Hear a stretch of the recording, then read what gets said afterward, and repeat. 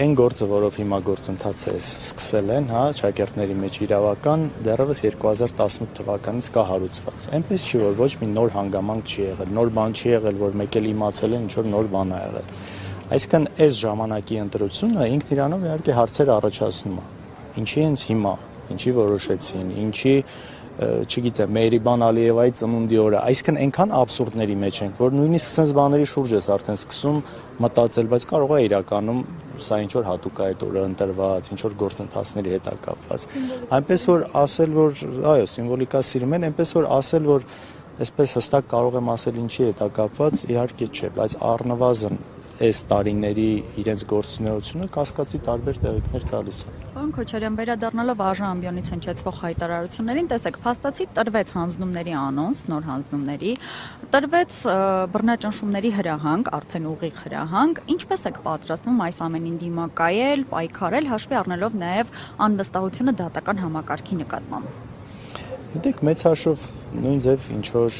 ինչպես որ արել ենք, մենք երբեք չենք դիմել որևէ հակաիրավական միջոցների, հակաիրավական գործիքների։ Այս առաջին հերթին այստեղ մեր անձնականից մի կողմ դրած ավելի մեծ հարց կա այս ամեն ինչի մեջ ու իրապես եթե անձնականը լիներ այս ամեն ինչի մեջ չէինք լինի։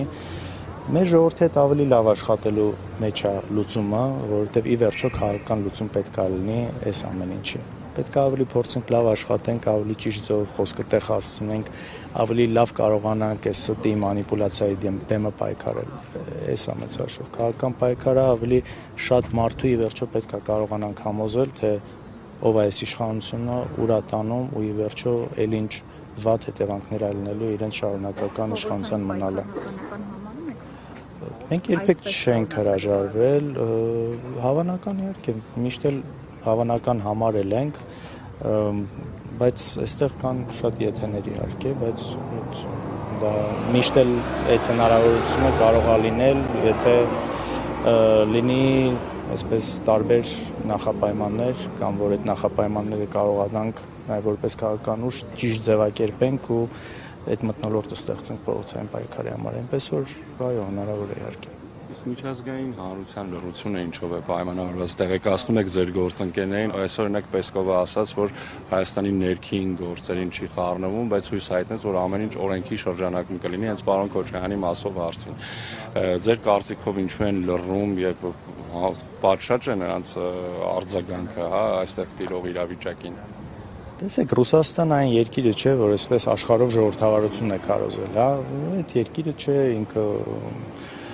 այս ժողովրդավարություն քարոզելու, այդ ժողովրդավարական ինստիտուտներին գնահատականներ տալու, ընտրությունների մնացածի հետ կապված այս ամեն ինչը այսպես հավաքական արևմուտքն է միշտ եղել սրակարողում ու մենք բազմիցս տեսել ենք հատկապես մինչև 2018 թվականը, ես շատ լավ հիշում եմ տարբեր երևույթների դեպքերի հետ կապված ինչ կտրուկ արձագանքներ էին լինում, այնինչ հիմա մենք տեսնում ենք արդեն երկար տարիներ, որ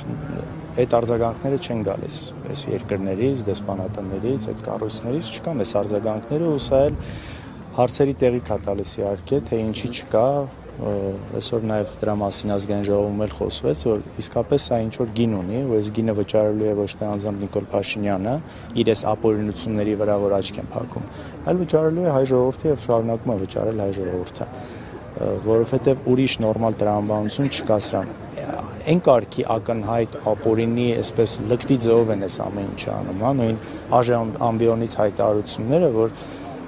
ուղղակի վստահ եմ, որ իրենք տեսնում են այս ամեն ինչը, շատ լավ հետևում են, բայց այսպես լուր առանց ոչ մի արձագանքի։ Ու սա պատճառ ունի, թե ինչ չեն արձագանքում։ Ըստ երևույթի այն մարդն է, որն իրենց պետք է, որը ինչ որ ծրագիր ունի անելու, որին իրենք